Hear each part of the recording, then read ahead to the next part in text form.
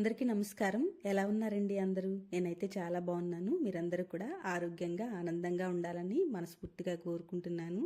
చాలా బాగున్నానంటూనే హాస్పిటల్ చూపిస్తుంది ఏంటి అనుకుంటున్నారా? థంబ్నెయిల్ చూసే ఉంటారు కదా. అవునండి, మనలో చాలా మందిలాగే నేను కూడా ఆరోగ్యాన్ని అశ్రద్ధ చేశానన్నమాట. నేను ఈ వీడియోలో డైరెక్ట్గా మాట్లాడాను కానండి, బ్యాక్గ్రౌండ్ నాయిస్ ఎక్కువగా ఉండటం వల్ల వాయిస్ ఓవర్ ఇవ్వవలసి వచ్చింది. నాకు 10 ఇయర్స్ నుంచి థైరాయిడ్ గ్లాండ్ దగ్గర సిస్ట్ ఉందండి. అది రెగ్యులర్గా సైజు పెరుగుతుందో లేదో చెక్ చేయించుకుంటూ TSH levels, T4 levels check చేయించుకుంటూ ఉంటాను నేను. రీసెంట్గా ఏమైందంటే ఒక 1 ఇయర్ బ్యాక్ మా వారికి యాక్సిడెంట్ అయిందనమాట. అప్పుడు నేను చాలా డిప్రెస్డ్ అయిపోయానండి. ఆ స్ట్రెస్లో ఇంకా మొత్తం మా వారి మీద కాన్సన్ట్రేషన్ పెట్టవలసి వచ్చింది. ఇంకా ఎర్లీ మార్నింగే ఆ ట్యాబ్లెట్ వేసుకోవటం, మా వారు పూర్తిగా రికవర్ అయ్యే వరకు నేను అవన్నీ మర్చిపోయాను. ఇంకా తర్వాత నాకు కొన్ని బాడీలో చేంజెస్ అవి కనిపించటం స్టార్ట్ అయినాయి. నీరసంగా ఉండటము, వెయిట్ గెయిన్ అవటము అవన్నీ కనిపిస్తున్నాయి అన్నమాట. అప్పుడు నాకు దీనివల్లే అని డౌట్ వచ్చి హాస్పిటల్కి వెళ్ళాను. వెళ్తే డాక్టర్ గారు T4, TSH ఇంకా స్కానింగ్ కూడా సజెస్ట్ చేశారు.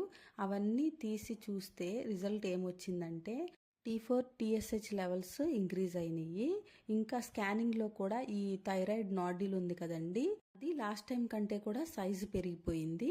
డాక్టర్ గారు ఇట్లా మెడిసిన్ మానేయకూడదమ్మా, చూసావా ఎన్ని డిఫరెన్సెస్ వచ్చాయో, ఈ మెడిసిన్ 3 మంత్స్ కంటిన్యూ చేసి నిడిల్ టెస్ట్ సజెస్ట్ చేస్తున్నాను, ఇంకా అది చేయించుకుని రమ్మన్నారు.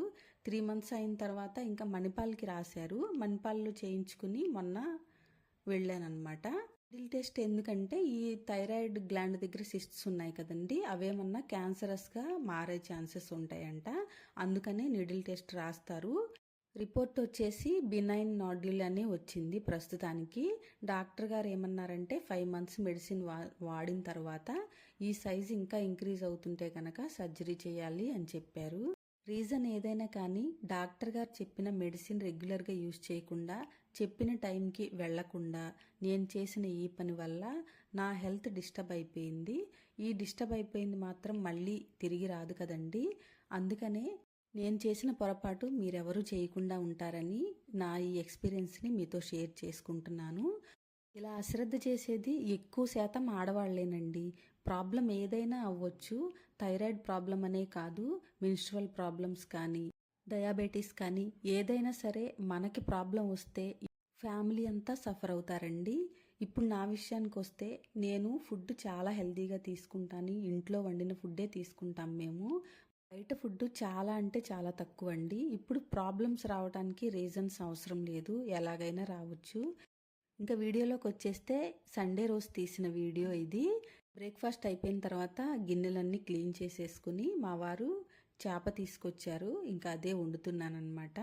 బొచ్చే చేప అన్నమాట. టేస్ట్ చాలా బాగుంటుంది కదండి. ఇక్కడ మా వైపు ఎక్కువ దొరుకుతుంది. ఈ చేప తల టేస్ట్ చాలా బాగుంటుందండి.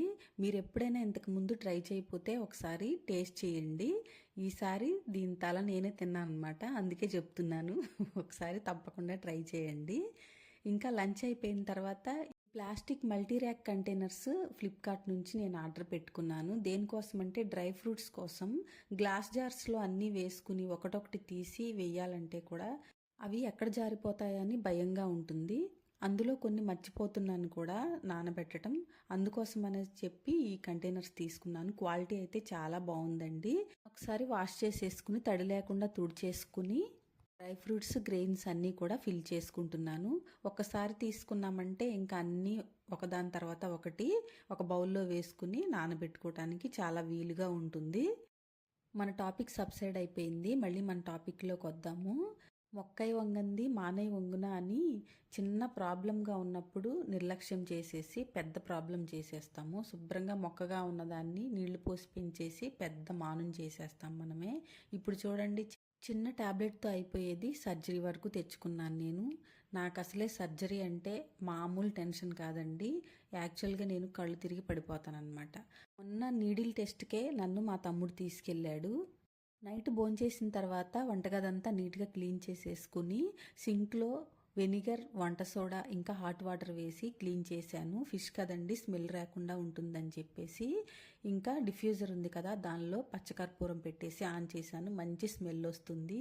ఫైనల్గా నేను చెప్పాలనుకున్నది, మెడిసిన్ యూజ్ చేసేటప్పుడు డాక్టర్ గారు చెప్పకుండా మధ్యలో ఆపకూడదు.